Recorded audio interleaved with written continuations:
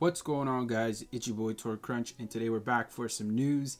So it is 12 a.m. and reset just happened, and we got a bit of news actually that I wanted to go ahead and discuss.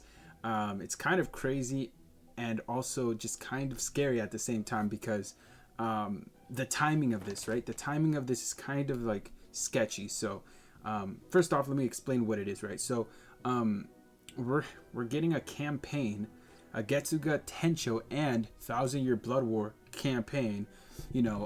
Characters that have, manga characters are the most hyped characters in this whole game, right?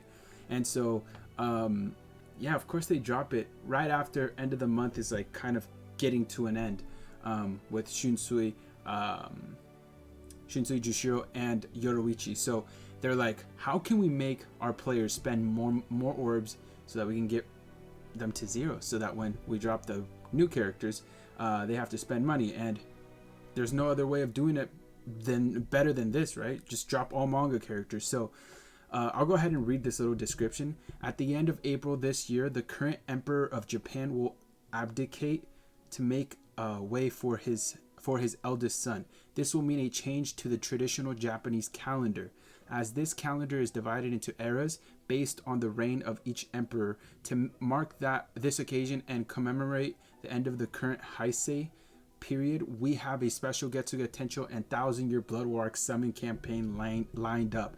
I find that a little funny, right? Just saying. I feel like that's almost just kind of like bullshit for them to throw in there. This is why we're doing it. I mean, come on, we all know that they're just dropping it because they gotta get us down to zero. So, but yo, I can't lie. This is actually pretty damn hype. But first off, we'll go ahead and talk about this right here, the Getsuga Tencho summon. So it's a free single a day. There's a chance of getting characters in there, but very slight chance. So right here, these are the characters from the that you can get essentially. But I wouldn't count on it. Every time this thing has dropped a free single a day, I've never had any luck. I've never pulled anything. I think it's just a 3% chance at getting something, and it's only one single a day. It's going to be from the 4th through the 15th. So, I mean, it's like essentially getting 10 or 11 free singles. So that's okay, I guess. But yeah, all the Ichigos basically, and then you've got Genjo, Waizangetsu, Ishin, and Tensa in there. So kind of quite a bit of characters, a large variety, not all Ichigos, right? Because there's more characters with the Getsuga Tencho. So yeah, for me, I mean, if I happen to pull something, it'd be nice to pull either Genjo, second anniversary Ichigo. That's the one I think I want the most. Ishin and White Zangetsu. Those are the 4 that I don't have. So I'm actually not in a bad situation if I do pull something. So hey, I haven't been blessed in the past. Maybe I can this time around. That'd be great. And yeah, but like I said, essentially all these characters you see there, we're realistically all going to be getting this 4-star Ichigo at the very end. So nothing crazy, but at the same time, it's kind of cool, I guess. So that's part of like the celebration, right? The biggest thing though is this right here.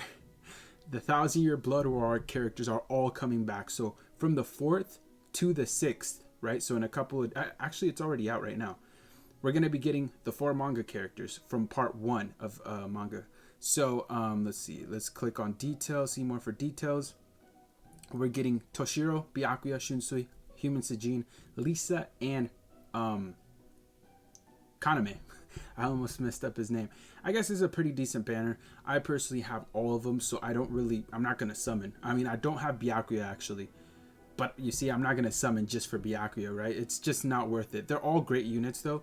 If you've never pulled any of the manga part 1, I mean, it's not a bad option. It might be an option for you. So, but be careful, man.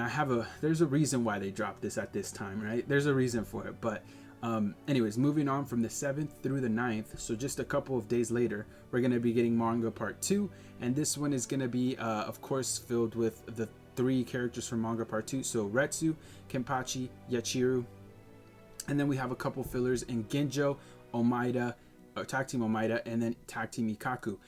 Actually, looking at this banner, this is not that bad, at least for me, right? Because I've only got Retsu out of manga part 2. I don't have Kenpachi or Yachiru, and then looking at the fillers, the only one I have is Ikaku.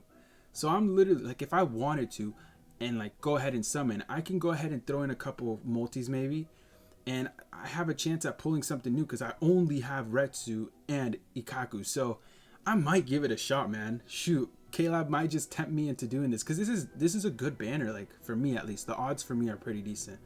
4/7 through the 9th, and so of course it's not a double chance. It's gonna be a 3%. They're be careful. That's all I gotta say. But okay, so that's the second, and then of course the third banner from the 10th through the 12th. It's manga part 3. I've already got all these characters, but just so you know, there's fillers. That's Rengiku, Tsukishima, and Orihime. Dude, that's crazy. They're finally changing up the fillers. Why don't they do this when they drop each banner, right? Like when they drop each manga banner. Why don't they switch up the fillers like they have this time around? I don't get it, but whatever. So yeah, not too bad from the 10th through the 12th. That's a decent banner. I mean, looking at that, Rengiku Guild Quest character Orihime is a great Retsu link, and Tsukishima is a good link, or a character you could use as well in PvP, or Senkaimon at least. He's really good. All right, so that's the third, and then of course the fourth, which is manga part 4.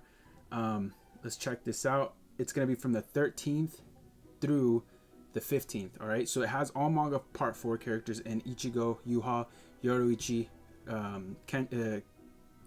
Kensei, really, Kisuke, Riruka, and Tag Team Yamamoto. So looking at this banner, I'm not summoning whatsoever because I've already got all 4 manga characters. I don't have Riruka, but she's not that important to me. But if you don't have these characters, this might be a decent banner to summon on. 3% banner, but like again, they're all great, right? Tag Team Yamamoto, Riruka, great units, and yeah, overall, man, they really know how to get us, man. They're throwing that bullshit that, oh, we've got a new emperor, so we gotta like throw out something in commemoration. It's like, come on now.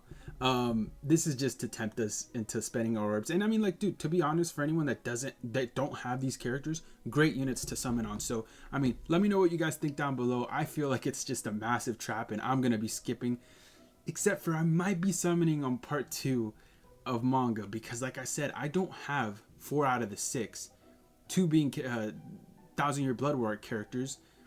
Yachiru I take for the link. Kenpachi, he's Kenpachi, so I don't know, this might be the one to summon on. I've been waiting for, like I've been holding back on like summoning at all on manga part 2 after the first release, but I might have to do it. Depends. Let's see where I'm at after grinding up and whatnot. So anyways, with that said, I appreciate you guys watching. Love you guys, and I'll catch you guys in the next one. Peace.